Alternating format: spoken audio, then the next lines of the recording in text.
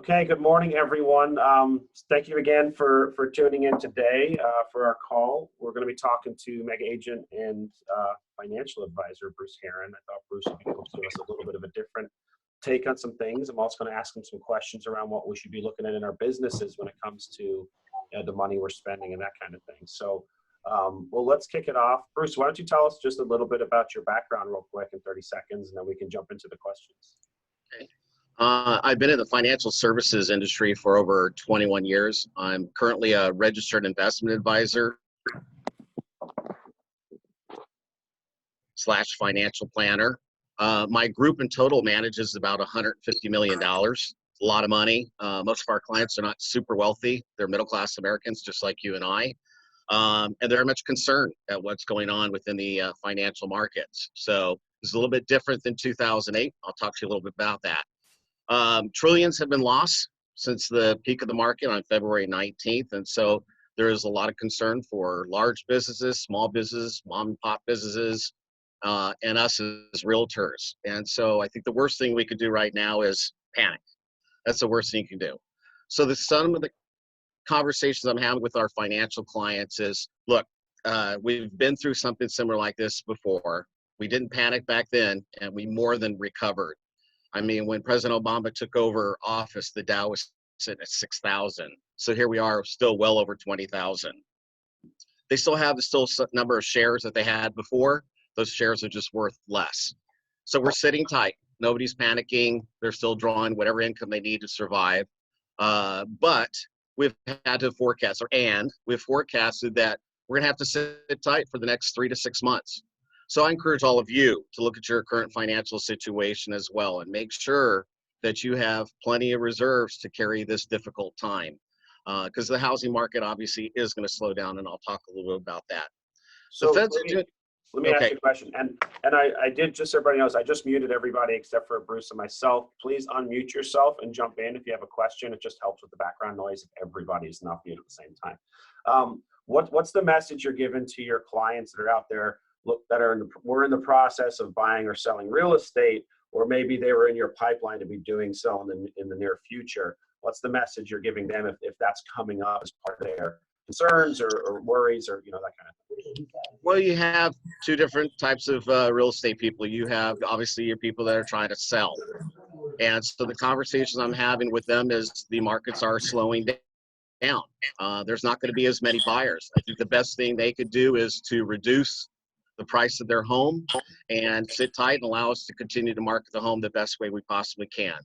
Again, we have to be realistic about that. They know their timeline is going to be a little bit longer. But again, we're in a different market than we were back in 2008 when we went through this. Back then, we had loose lending practices with the banks. We had low reserves with the banks. We had subprime mortgages. We had very little supply. So it's completely different today in today's market. So here's the thing with both stock market and real estate, when we hit the bottom of this, and nobody really has that, it's a $50 million question, our markets will come back strong, both the stock market, and I think we'll see a good bounce back on real estate. Since we're on the real estate market, we've had 102 homes go pending in the last 48 hours in Sarasota, Manatee County, ranging from 50,000 to 2.6 million. So there are buyers still out there, and they're buying, even with knowing that we had the worst day in the stock market just a few days ago. So the buyers are out there. So we need to keep proceeding forward and not be naive to the fact that there's going to be fewer buyers, and they're going to be looking for deals. I know if I were a buyer right now, especially if I was a cash buyer, I'd be looking for a really good deal. So sellers need. Okay. And you had mentioned a moment ago that I think you were going to start talking about, the money in our businesses. What would you tell agents about? Because I know you did a great series last year with some of the agents in the market center around the Profit First book. And I know we got a lot of great feedback on that. What would you tell some of the agents out there about what they should be looking at both in their personal and their business finances? So to not be a catastrophist, I would say look at your personal financial situation. Do I have enough reserves and money in my account to take care of myself and my family for the next 90 to 120 days, maybe as far as that 6 months out. That's the first thing I would look at. I would write a list of all my expenses that I have, both personally and business, to make sure those are covered. I would do everything that I could to reduce those expenses. In the Profit First class, we talked a lot about calling your insurance companies and raising your deductibles to lower your premiums. There might even be some small business loans out there for us to be able to go out there and get. I don't know. I haven't really looked into that myself. I have pretty good reserves, but we might be eligible for some small business loan. Those are interest-free, and we can get up to $50,000 right now. So some of us may want to take advantage of us if we don't have the reserves that we need. Yeah, I think the state announced that they were increasing the amount of small business loans that were going to be available to the small businesses in Florida. So that is definitely something you could look at. But yeah, this is the time that we need to cut our expenses. We need to get real with that and be realistic and not stick our heads in the sand thinking this will just all go away within the next 30 days. It's not. Okay. So yeah, part of the other thing I was saying, the federal government and this administration is doing everything they can to flood the markets with liquidity. I've never seen bond market and equity markets drop so quickly, so fast. So that's good for borrowers out there. The interest rates are still very, very competitive. So as they're looking to potentially maybe buy a house for less money down the road, it might be better for them to lock in a lower interest rate because they'll make that up over time. And those are the conversations that we should be having with our buyers. Yeah, I think back to when Gary Keller was on stage at Family Reunion, he was talking about interest rates and how, part of the conversation with our buyers can and should be around the fact that when interest rates are this low, it increases your buying power. I mean, you can buy a more expensive home because the lower rate's going to mean you're going to have a lower payment every month. So, this is actually a good time for buyers. If they need to move, if they need to buy a house, if they've been relocated or downsizing or whatever life situation prompting them to want to buy a home, probably hasn't changed in the last 2 weeks. That's still probably going on. Well, now they have the advantage of being able to either get the home they wanted with a lower rate and a lower payment, or even increase their buying power and get a home that they thought maybe previously they wouldn't have been able to get because the rates are so low.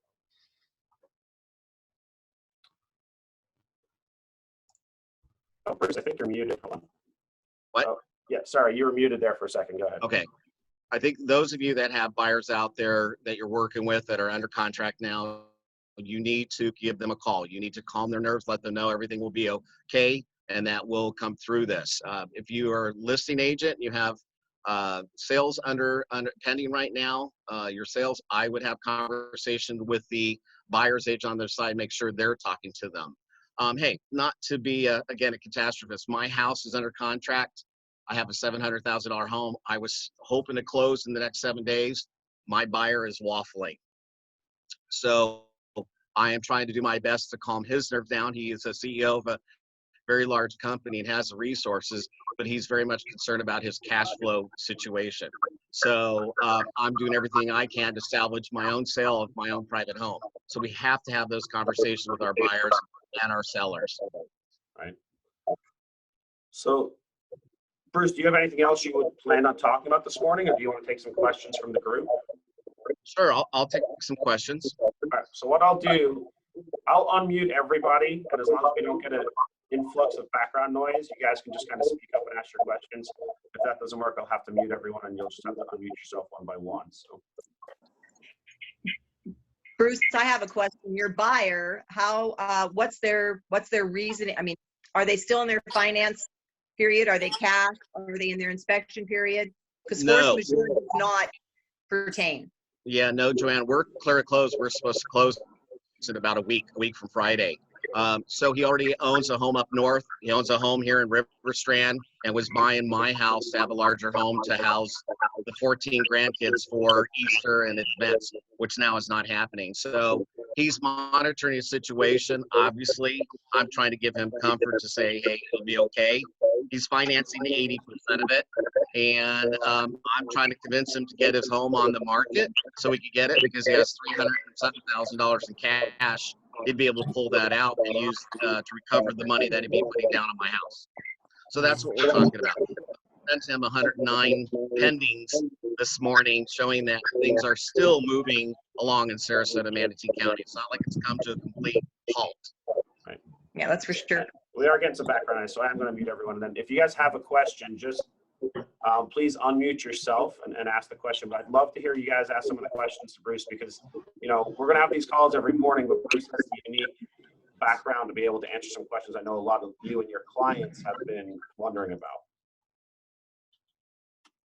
So we have, this is Clara Teamworks. We have a client kind of concerned about a VA loan and the VA shutting down. I don't know if anyone's heard anything.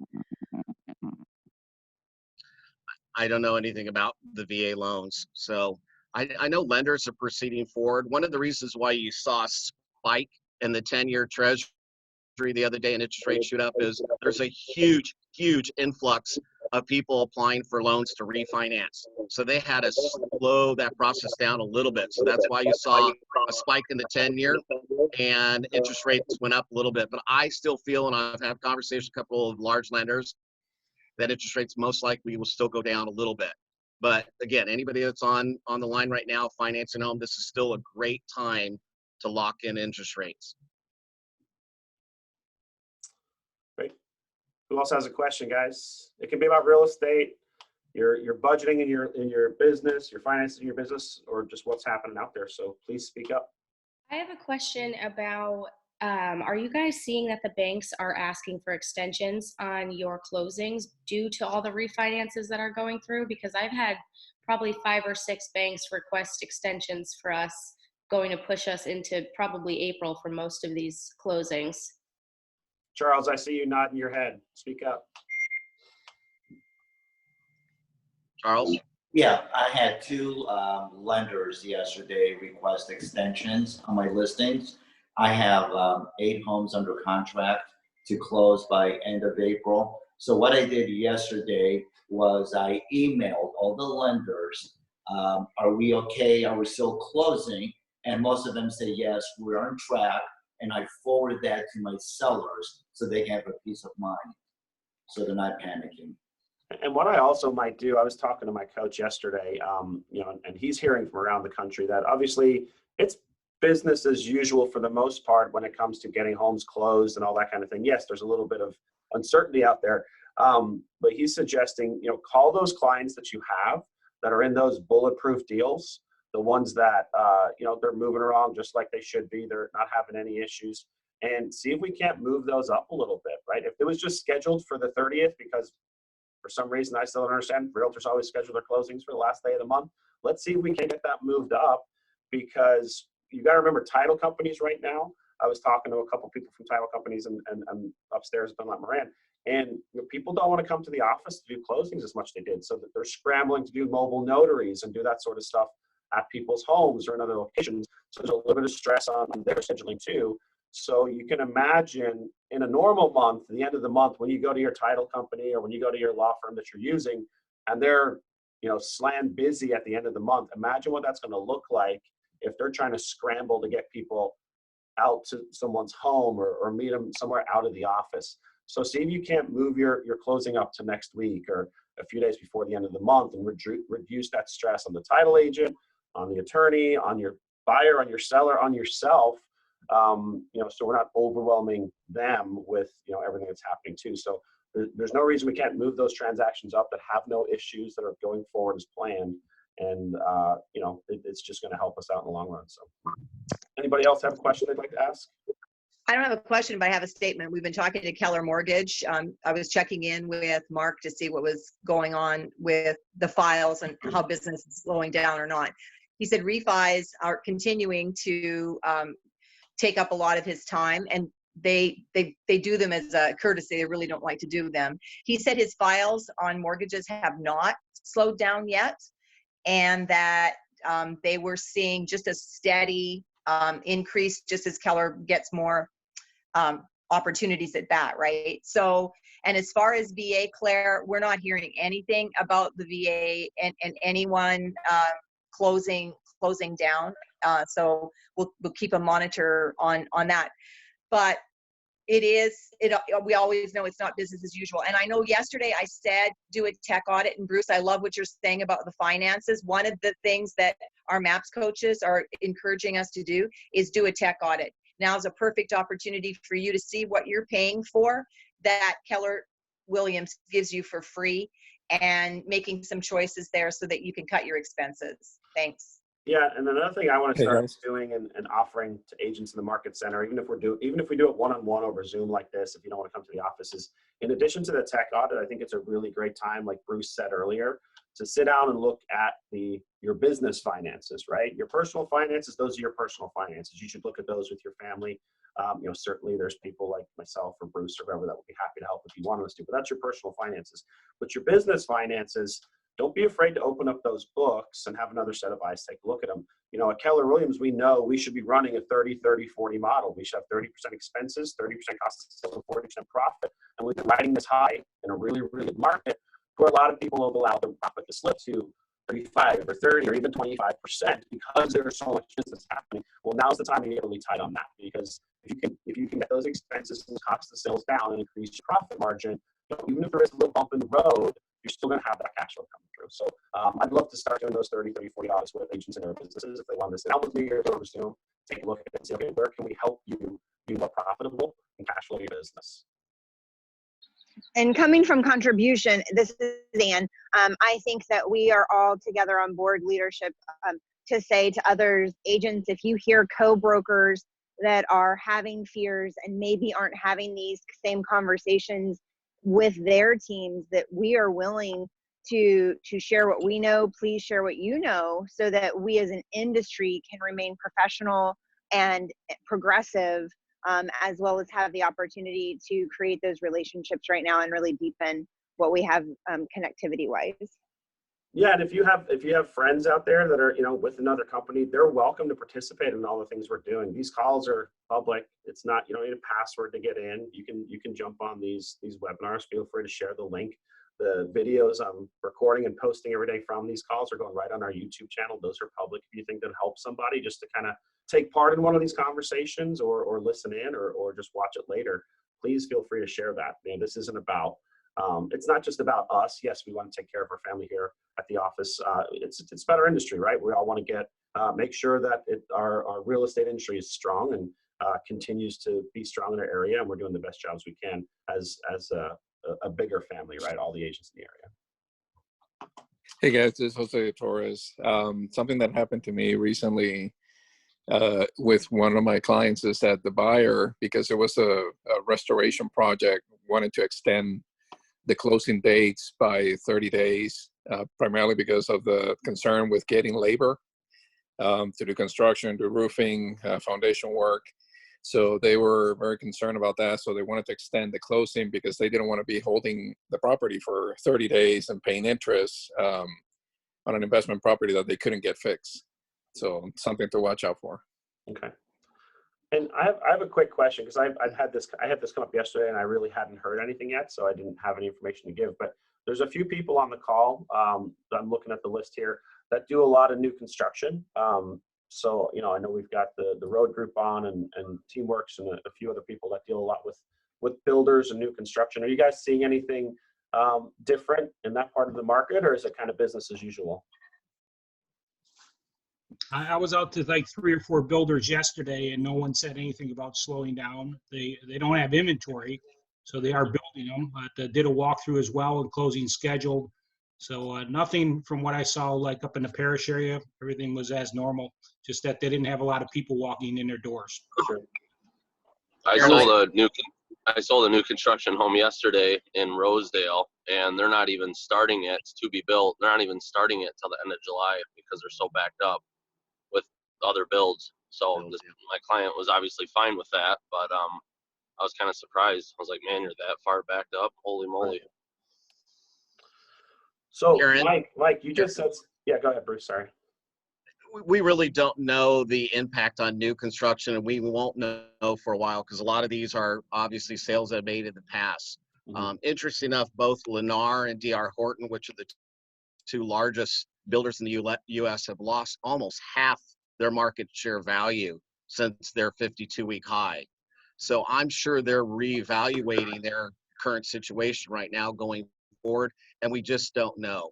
One of the other indexes and indicators or reporters, if you will, is Schiller. They're going to hopefully make an announcement of how sales and home values and things have been impacted. I think they went all the way through April or February 28th. So hopefully we'll hear something from there in the near future. But I don't think we really know the true impact on new housing and won't know for a little bit. Okay. Bruce, would you speak to, I mean, we are obviously not a publicly traded company at Keller Williams. Will you speak to the publicly traded real estate companies and what's happening with them right now, please? Well, I just mentioned they're coming off their 52-week highs, which means their prices, share prices were at a certain level. They're now down about 45% as of this morning. That's significant. That's, you know, hundreds of millions of dollars for them. So I think they're obviously going to visit what business will look like in the future and take it from there. We may or may not have a supply chain issue with supplies coming into the country. So I don't think there's any need to panic at this point in time, but I think they're obviously reevaluating their models and platforms, and we'll hear something from them probably over the next 30, 60 days. So the Coldwell Bankers and the Remaxes and the EXPs, what's happening with their share value? I have not really looked at real estate companies. I've been watching more of the home builders at this point in time. So really don't track their models per se. And we're a privately held company.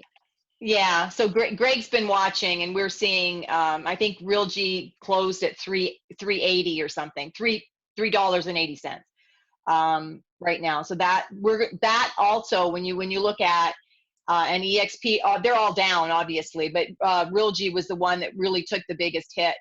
And that's going to be interesting to see how that impacts that company and Sotheby's, Coldwell Banker, Sotheby's, C21, how that's going to impact them moving forward too, to have such a large debt that's being refinanced in the next little bit, right? And then having this all happen. Maybe they'll get an emergency loan. That's what's so good about having a private held company. We have, I'm sure, plenty of liquidity and solvency, so I don't think we have any issues on our end. The big builders, they might have some issues going forward. Let me add something. I've been with Keller Williams through the last downturn. And Joanne, you remember this too, that we actually came through this downturn of 2007, 2008, and so forth in flying colors. We have the most growth we've ever had. We had the most units sold and so forth. And what I saw today from the live stream agenda for today's live stream from KWRI, it's amazing that we can get together, our company and these people around the country, and put these live streams together to keep our mindset up, to keep our thoughts up, to keep us talking to our database, to keep us financially sound in our businesses. And they're also talking about our personal lives too. So again, our culture is showing through as we continue to watch the live streams and this one also every morning. I think it's really going to help our agents be focused on everything they need to right now. And the Shift book came out just in time. Back in 2008 when Gary decided to write that book to help us get through this whole thing. Yeah. So all those things apply today. Gary's also giving MAPS coaching for those of us who have MAPS coaching. Gary's also cutting our MAPS coaching payments in half for the next couple of months because he recognizes that now more than ever we need support, and a lot of people would go and slash their coaching first. And I think that's tremendous. Now is not the time to cut back on your education, guys. Now is the time to lean into it. And it's funny that Joe Harris just mentioned that. I just posted in the chat for our Zoom today's live stream agenda and a link to go to it. And look, guys, this is, Joe's right. It's amazing that we're able to scramble and get people like Abe Shreve, Jessica Starr, Jessica Tucker. We've got Wendy Papazan. We've got James Shaw, Linda McKissick. These are huge, huge, huge people, not just in our company, but in our industry. They're going through everything we're going through, but they're taking time out of their day to sit down and talk to you guys. So take a look at this. I'm not saying you have to sit on these webinars from 11 o'clock till 4 o'clock. They're every 20, 30 minutes, but go through the agenda and say, man, that really sounds awesome. I could really use that information. Pick a couple out, put them in your calendar and check them out. And they're all going to be recorded just like our calls to go back and and watch later. But take advantage of that, because maybe we do have a few extra minutes in our day right now. We're not running buyers around. We're not driving all over town. So how can we use that time to lean into our business and become better at our jobs? So if it does become more competitive, we're positioned to be the best realtor to service those clients out there. And you know, for those of you, if you, I don't know if you watched any of the live streams yesterday, there was a couple notes that I took that I just loved. I wanted to share with you guys. So in one of the first live streams yesterday, I forget who the realtor was, but he was talking about ways he is starting to leverage this type of technology in his day-to-day business with his clients now, because you've got situations where people are home with the kids, right?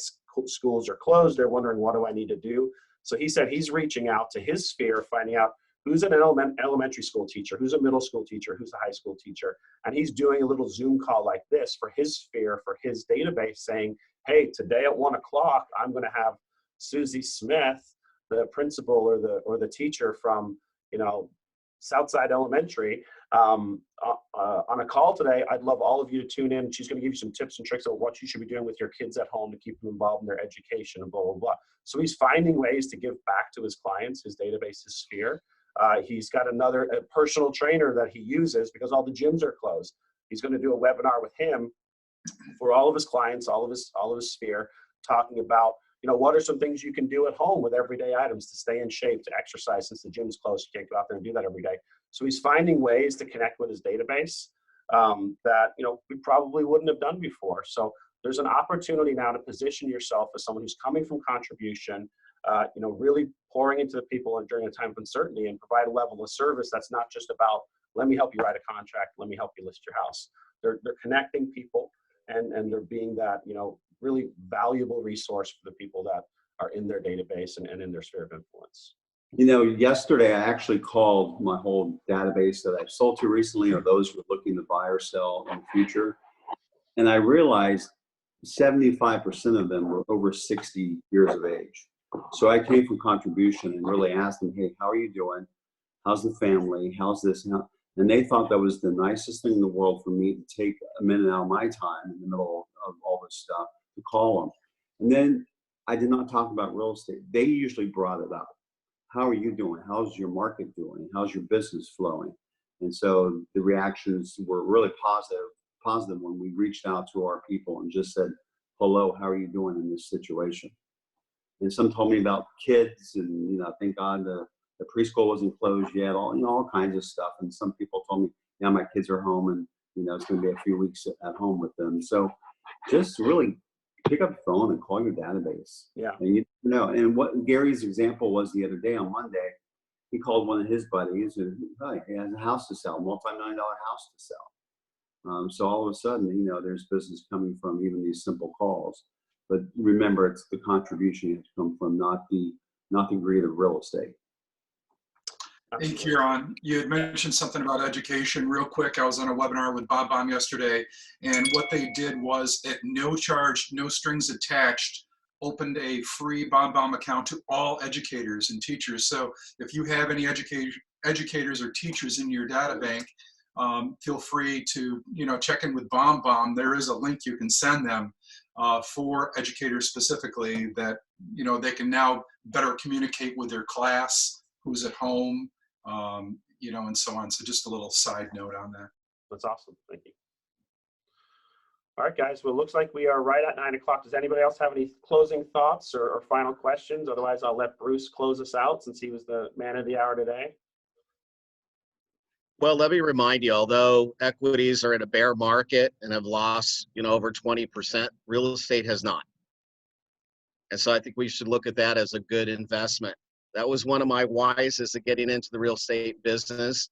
I still would like to partner up with a couple real estate agents and talk to investors and people about investing their 401ks and IRAs into the market. At the time when the market was doing good, people didn't want to hear about it. But now when the markets are not as strong, people may look to real estate with their 401ks and IRAs. And a lot of people don't know that they can do that because their advisors or brokers aren't going to tell them about that because they can't make any money. So I'd love to have a couple of you step forward with me, because as these markets rebound, we'll have a great story to tell. And real estate is a hard asset, where stocks and equities are paper money. So I think there'll be a strong interest at that point in time. So I'd love to hear from a couple of you. And I'd like to welcome Tom Brady to the Buccaneers. That's the best news of the day. So there is some good news, right? Silver lining. I love I it. see some smiles. Hey, Andy, Bruce, you're so not smiling. if someone's interested in talking to you about that opportunity you were just discussing, how should they reach out? Just email me or text me or call me. Like I said, I've been waiting for this for 4.5 years, this opportunity, and here we are. And so, like I said, I still have always believed that real estate's a great investment. Many of you know that investors have done really well over time, and people perceive real estate as a different type of investment altogether than they do the stock market. Yeah. And again, guys, think about the power of being able to have that level. So please give me a call or text me, and I'd love to talk. Yeah, and I was going to say, think about the power of being able to have that type of conversation with your clients. What other realtor in town is going to be able to speak at that level to their clients about, hey, I don't want to talk to you about selling your house. I'm not going to try and sell you a house right now. With what's going on, there's actually another opportunity to kind of bulletproof your retirement, blah, blah, blah, blah, right? So have that conversation with Bruce. And well, that's offering a whole other level of service to your clients that's going to build loyalty and gratitude and, again, allow you to come from contribution. So please join us tomorrow morning. We're going to have Charles Tatonis on here tomorrow morning, same time, same channel. We'll be talking a little bit to Charles about what's happening in his business. You all know Charles is a luxury agent. He operates more in the luxury market. So again, a slightly different conversation and point of view about what's happening in our market and the market as a whole. So we'll see you all at 8:30 tomorrow. Thank you so much, Bruce. Great job, Bruce. Everybody that joined us today. Thank you. Have a good day. Bye, guys. Thanks, Bruce. Awesome. Welcome. Good job, Bruce. Thanks. Bye-bye.